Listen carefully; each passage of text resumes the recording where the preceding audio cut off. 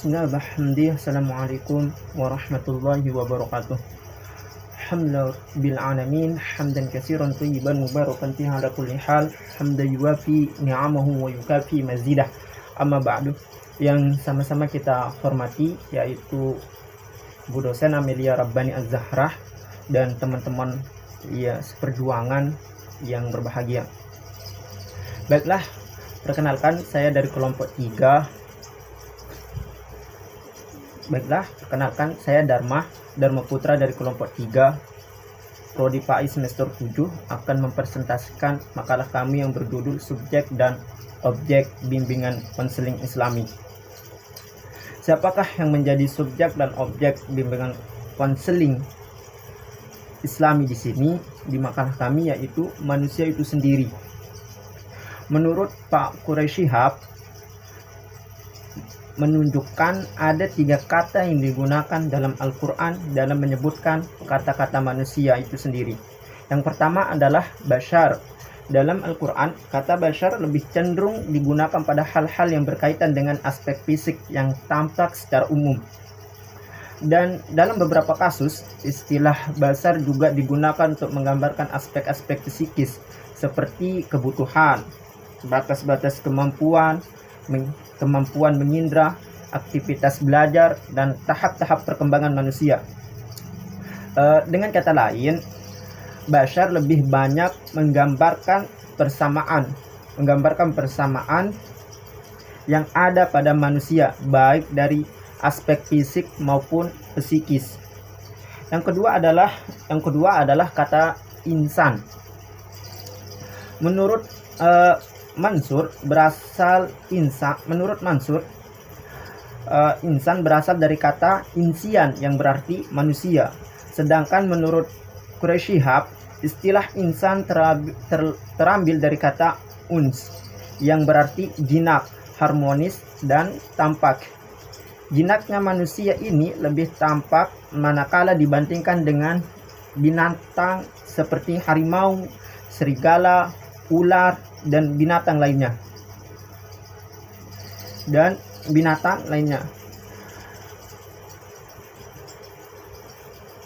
Kata insan dalam Al-Quran juga digunakan untuk menunjuk manusia dengan seluruh totalitasnya, yaitu jiwa dan raganya, menggambarkan perbedaan-perbedaan dalam aspek keruhanian, keimanan, dan akhlak. Dengan kata lain, insan di samping digunakan untuk menunjuk manusia secara utuh, juga menggambarkan perbedaan antara seseorang dengan yang lainnya.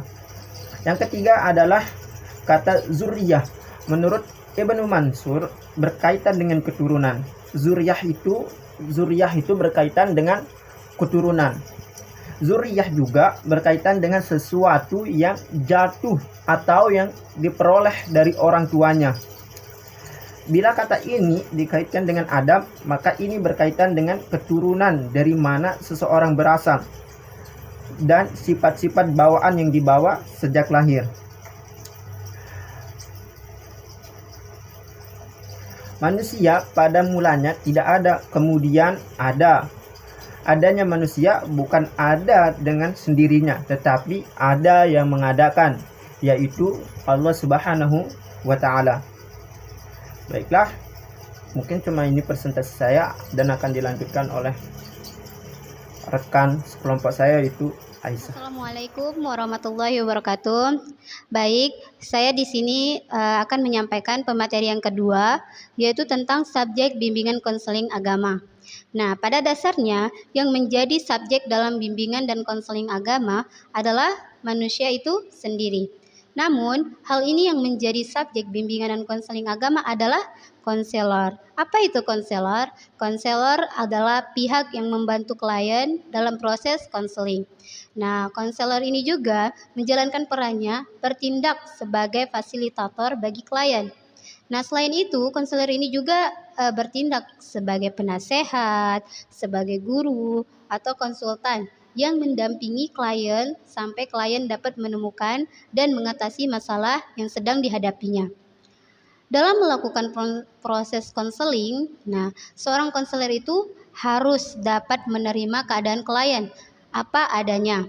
Nah, menurut Carl Rogers, konselor ini memiliki ciri-cirinya, yang diantaranya yaitu yang pertama, congruence.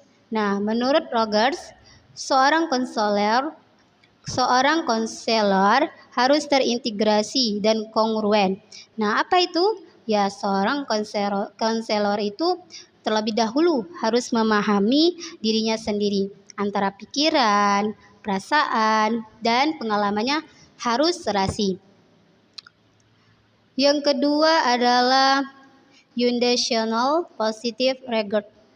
Nah, di mana konselor itu harus dapat menerima atau respect kepada klien, walaupun dengan keadaan yang tidak dapat diterima oleh lingkungan. Nah, menurut Regers ini, setiap manusia itu memiliki tendensi untuk mengaktualisasikan dirinya ke arah yang lebih baik. Untuk itulah, konselor harus memberikan kepercayaan kepada klien untuk mengembangkan dirinya. Yang ketiga ada 4. Konselor itu berperan sebagai pembantu bagi klien, harus memiliki karakteristik yang positif untuk menjamin keaktifannya dalam memberikan penanganan. Karakteristiknya itu terbagi menjadi 2. Yang pertama, keahlian dan keterampilan. Yang kedua, kepribadian konselor. Nah, selanjutnya yaitu ada fungsi utama seorang konselor itu adalah mereka sendiri menemukan hal-hal apa yang merintangi mereka, menemukan kekuatan tersebut dan memperjelas pribadi seperti apa yang mereka harapkan. Nah, fungsi esensial dari konselor ini adalah memberikan umpan balik yang jujur dan langsung kepada klien. C. Objek bimbingan konseling agama. Bila konselor menjadi subjek bimbingan konseling agama, maka yang berperan sebagai objek bimbingan konseling agama ini adalah klien. Nah, di mana klien ini adalah pihak yang dibantu dalam menghadapi masalahnya. Klien juga memiliki karakteristik, yaitu yang pertama, klien sukarela.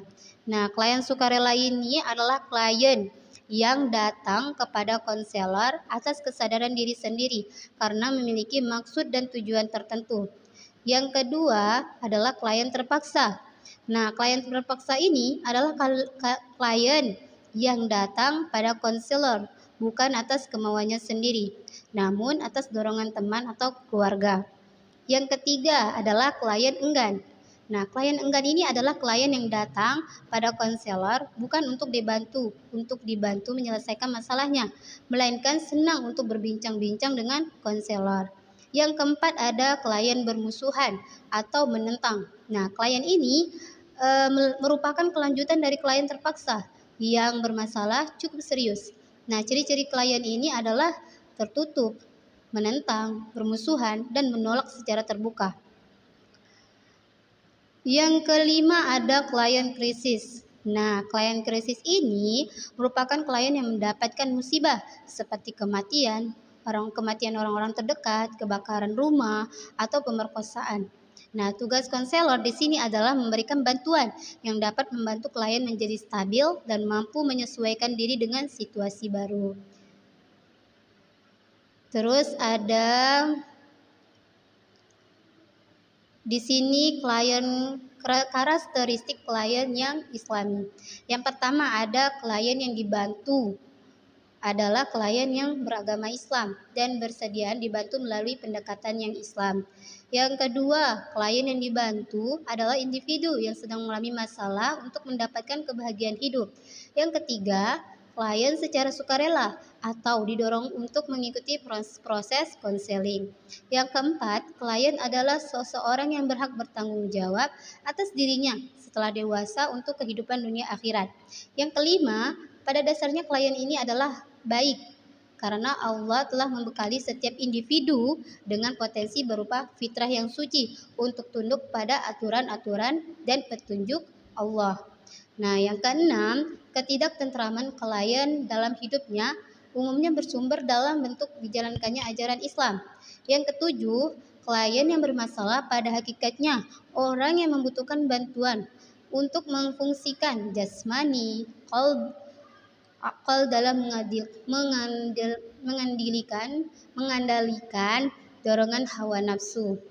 Itu saja yang dapat saya sampaikan, lebih dan kurang saya mohon maaf. Saya akhiri dengan Assalamualaikum warahmatullahi wabarakatuh.